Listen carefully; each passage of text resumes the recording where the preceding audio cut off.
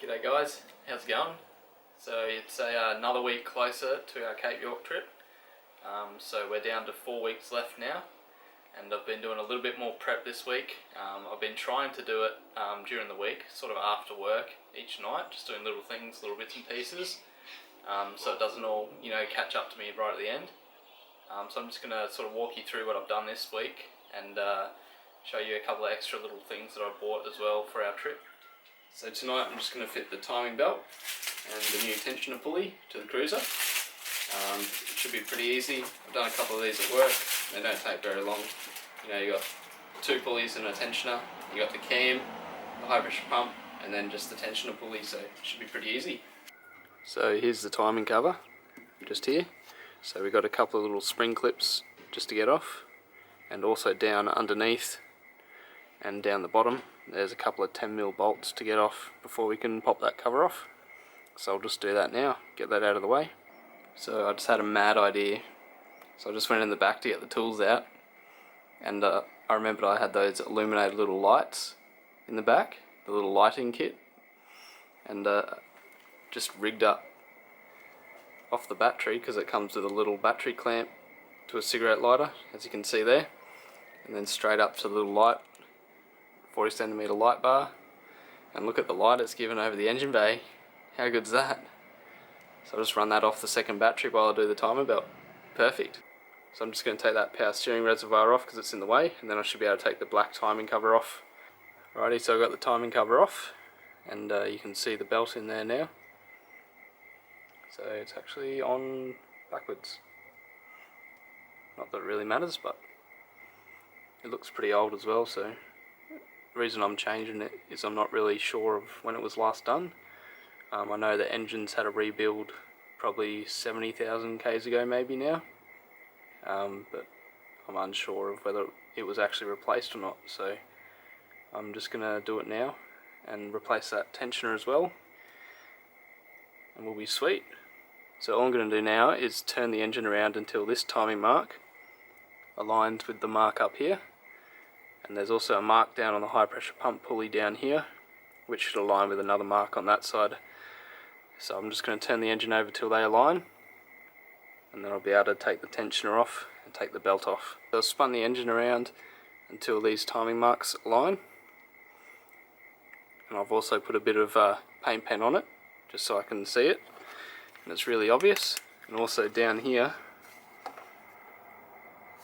if you can see the orange mark I've made down here on the high pressure pump, just down there, also on the timing mark on the high pressure pump, so it's really obvious where it is. You can see that both those timing marks are lined up now, so we can just take off the tensioner and get rid of that old belt. Alright, so the old timing belt's off and the old tensioner's off, and all my marks down here are still aligned, so I'm just going to start fitting the new tensioner. And then once I've got the new tensioner on there, then I'll put the new belt on. So I've fitted the new tensioner, left the bolts loose so it can move freely. See how it can move up and down pretty freely. And also fitted the new belt. So the new belt just went on really easily. So when you're putting the timing belts on, you want the slack to be on the tensioner side. So any slack to be on the tensioner side, and on the side where there's no tensioner, it should be rather firm to push down. So there should be barely any slack on this side. So that's all you really need to do. And now I'm going to put the spring on. So there's a spring that goes from here to a little pin down here, and then that'll put some tension on this tensioner pulley, and then I'll be able to nip up both the bolts. So I'll do that now. So if you're struggling to get this spring on, a little trick I use is I use a screwdriver, put it in one end down here, pry it on the other side of that little pin that you want to hook it over, and then once you get it over into the spot that it is now, so that's sitting on the other side of the pin now, so now I just need to hold the spring in place and pull the screwdriver out, and that spring will stay there. So that's just a little trick. So I pulled the screwdriver out of there and the spring is still sitting in there, so it's nice, all good. So now you just got to feel the tension on both bits of the belt, and they should be both fairly well tensioned and not have too much play. And then you know it's tensioned correctly. Then we can tighten this bolt and this little hex head bolt there, and we should be right to put the timing cover back on. Alright, so I've tightened both these bolts now, and I've spun it round twice and checked that this timing mark and this timing mark are both aligned, so that means I'm all good to put the timing cover back on. Alright, so I just finished putting the power steering reservoir back on and the timing cover, so that's all done. So the final piece of the puzzle is the sticker. So now we know when to change it next. So I'm at 390,000 Ks now, so when it gets to 490 we'll look at replacing that timing belt again. But for now we're all good. Cool. So yeah, this week I ended up putting a new brake master cylinder in, so you can see down here. New reservoir and new master cylinder, because mine was leaking from these seals and also the rear seal. So I ended up picking one up and fitting that during the week, and putting through a whole lot of .3 fluid, brake fluid. So it's got all new brake fluid and a new master cylinder, and it pulls up pretty well now, and I don't have to worry about any leaks. So today we went up to Lisa's parents' place, so my wife's parents, and they've got a bit of acreage, so I ended up reeling the winch out and testing it out, and also rolling the whole drum so it's a lot tighter. So I'll put up some photos of that. So that was pretty good.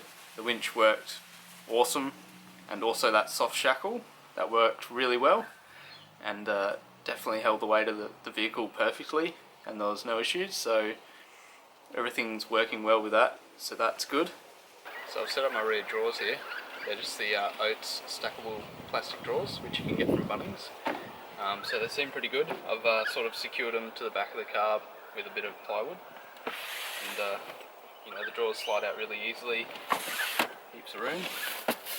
Some split ones, some smaller things, and another big one.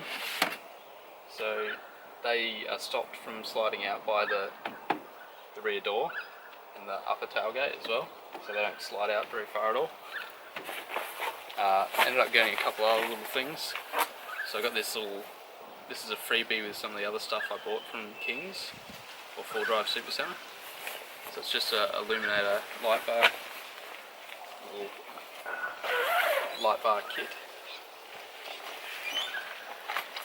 So you get like 4 of these 40cm light bars, just for lighting up, you know, the camping area. So I'll test that out a little bit later.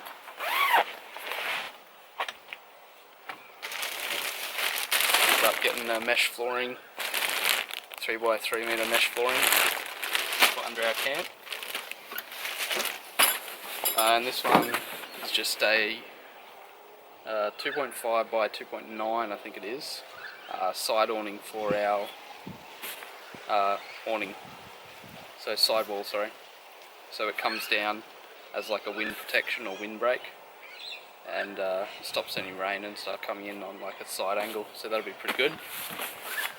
Alright, so as well as having the rear King's awning, I also got the side awning. So I actually won a $50 voucher and ended up buying a couple more things. So when we were at Lisa's parents' place today, I set it all up, so all the awnings and the sidewall kit, and I'll insert a photo now so you can see what that looked like. But it works really well, gives heaps of shade, and you know, really quick and easy to set up. So I've just roughly set up the Illuminated Lighting Kit. So I've just got 3 sitting up there on the tailgate, just to test them out. And it comes with this little sensor here, which is your switch, and also it's a dimmer, so you can dim the LEDs right down or turn them off, which is pretty cool. So I'll probably end up putting those in my awning, I think, in one of the side awnings, because as you can see up here, I've already got LED lighting in the back.